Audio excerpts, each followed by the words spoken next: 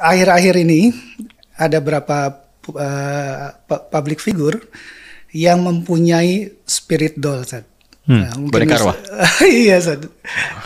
Jadi mereka memiliki betulnya boneka, Ustaz.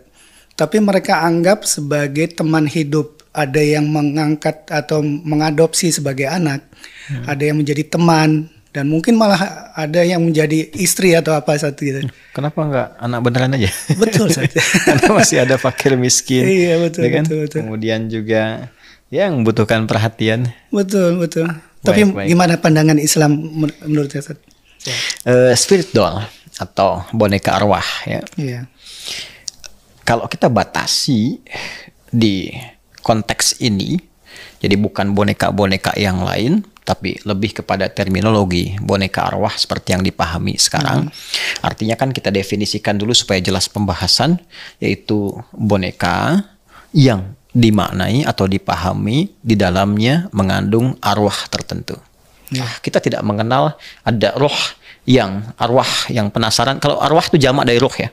Arwah yang masih penasaran, gentayangan, atau hinggap mencari inang di benda-benda tertentu, kita tidak mengenal itu.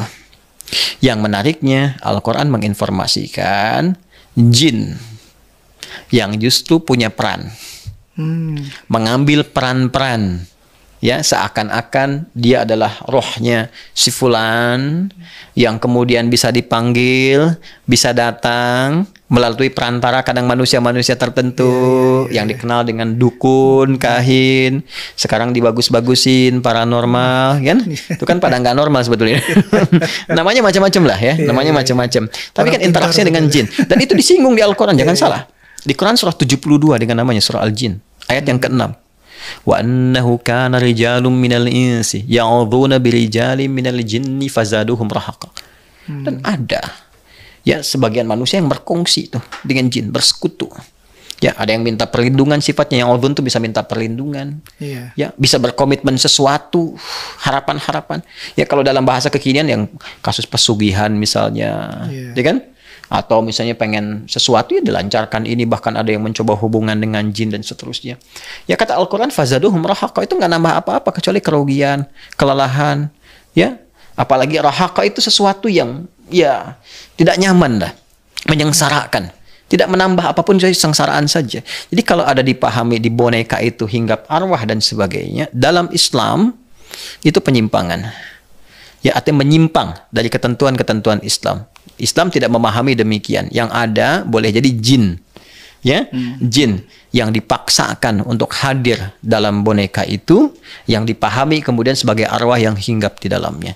Jadi kalau ada orang memelihara kemudian boneka, istilah sekarang diadopsi dengan pemahaman ada arwahnya, diberikan kemudian kelengkapan seperti manusia, dipakaikan sesuatu dan sebagainya, diperlakukan seperti manusia, itu sama dengan memperlakukan atau merawat jin di dalamnya. Jelas, ya? Nah, itu penyimpangan, menyimpang dari ketentuan-ketentuan Islam, karena Islam tidak memahami arwah masuk ke dalam boneka dan seterusnya. Bahkan kalau diteruskan, ya, diteruskan menjadi perkongsian di dalamnya, ya kan? Minta sesuatu dengan harapan ada ini, ada harapan kebahagiaan, ada harapan misalnya yang meningkat lagi, pengen sukses jadi pesugihan, atau enggak pesugihan tapi dengan harapan mendatangkan kebahagiaan ini dan itu, kan ada komitmen itu, komitmennya kan ngasih sesuatu, dirawat di ini. Nah, itu bisa jatuh ke syirik nanti. Ya, kalau dia mengharapkan dari situ sesuatu terjadi kepada dirinya, itu bisa syirik. Ya, karena itu dan tingkat tertingginya nanti, ya, syirik. Yang paling rendahnya pembuatnya saja itu diancam itu dalam hadis Nabi SAW itu. Ya, ketika dia pulang kepada Allah, kembali ke akhirat, dalam hisab dia itu ngeri sekali. Ya, sampai bahasa hadisnya mengatakan waman azlam, siapa orang paling zalim, ya, yang dia mencipta sesuatu seakan-akan dipahami seperti seperti Allah menciptakan makhluk. Ya, itu kan boneka itu bukan makhluk hidup.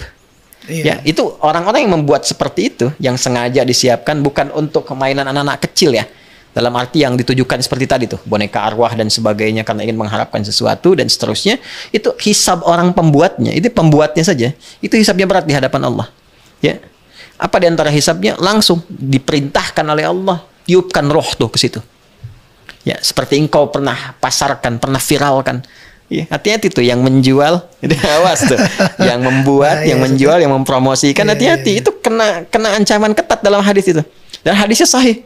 Ya, itu orang disebut orang paling zalim karena membuat sesuatu seakan-akan seperti ciptaan Allah. Itu akan langsung oleh Allah dimintai pertanggungjawaban. Dipaksa, tiupkan roh kepada apa yang kau telah buat itu. Ya, ketika dia tak mampu melakukan, dilemparkan ke dalam neraka yang tertinggi itu. Itu paling bahaya. Itu untuk umat Islam. Makanya tadi kita di awal dikatakan karena ini ada kaitan itu dengan akidah. Sedangkan akidah sifatnya ketat karena menentukan muara amal soleh itu. Apakah tetap menjadi soleh atau hangus dan menjadi salah. Kuncinya di akidah. Nah, karena itu yang paling penting. Tadi di awal kita katakan ini bagi umat Islam, ya kan? Nah, sepanjang kita mengatakan kita Muslim harus meyakini karena ini perkara iman.